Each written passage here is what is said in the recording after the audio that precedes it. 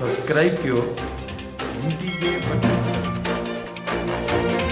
जी नाज़रीन, दादू मामा कौन में सदाबहार शायर अहमद खान मदोशी जी 90 सालगिरह सादगी से मनाई वई।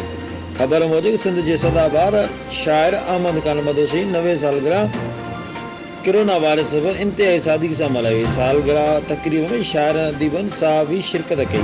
तकरीब में अहमद खान मदोशी जी वॾे पुट खलील आरफ सुमरो, ज़ैन कोसो, फैज़ पीरज़ादो, कामरेड अमीन वगियो, इस्माइल पीरज़ादो, उस्मान रुदनानी ऐं ॿियनि मदोश ते ॻाल्हाईंदे चयो त मदोश जी शाइरी सवली ॿोलीअ में हुजण करे शाइरी ॿुधण सां हर माण्हू आसानी सां सम्झी सघे थो।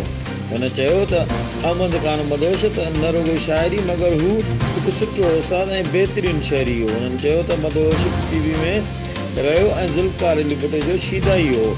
पार्टीअ जे करे मदोश मथां केतिरा ई केस दाख़िल थिया।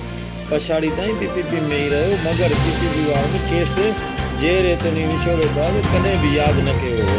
हुननि चयो त मदोश हिकु नालो हो जेको हमेशह यादि रहंदो। उन मौक़े ते सालगिरह जो केक काटे हो। ॾिसंदा रहो मुंहिंजी सिंध न्यूज़ चैनल लाड़काणो। 2010 में हुननि जी माना वफ़ात थी।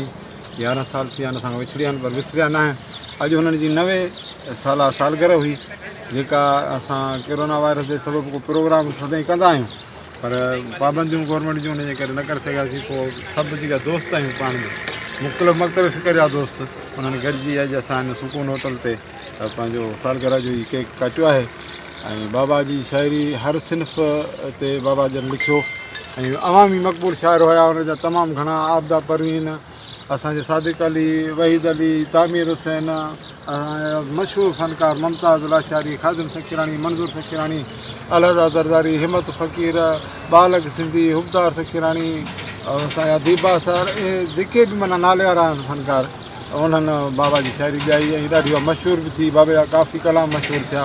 मेरी दिलड़ी मांदी तेरे कान थई है, ॾाढी साह को यार सिकतान थई है, या जेको असांजे बरकत अली चयो।